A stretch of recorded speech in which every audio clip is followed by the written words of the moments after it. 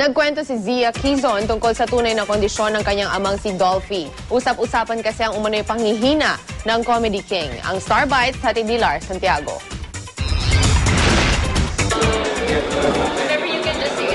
Kita sa mga kilos ni Zia Quizon ang kasiglahan nang dumalo siya sa album launch ng kaibigang si Robin Rivera, anak ni na Paps Fernandez at Martin Rivera.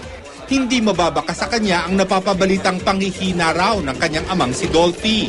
Nilinaw ni Zia kung ano ang tunay na kondisyon ng Comedy King. I just want to reassure people that he's doing okay. And in concerns of his health, he's in an up moment. It's an up for his health right now. So I just want to reassure people that he's doing fine and he's well and he's happy and cheerful.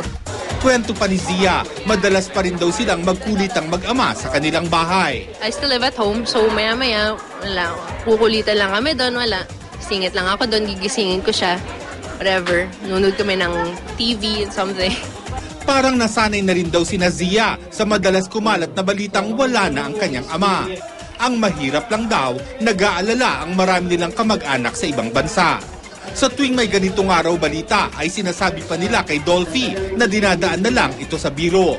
It doesn't really bother him din naman. So I mean, if it does happen to pop up, parang okay na naman. Isang bagay raw ang alam niyang namimiss ng gusto ni Dolphy. Kasi he's been a performer for such a long time. So he misses being able to perform and please people in whatever way he can on stage. Pero I guess now he's just more content in the fact that he has to spend time with his family. Lars Santiago, GMA News.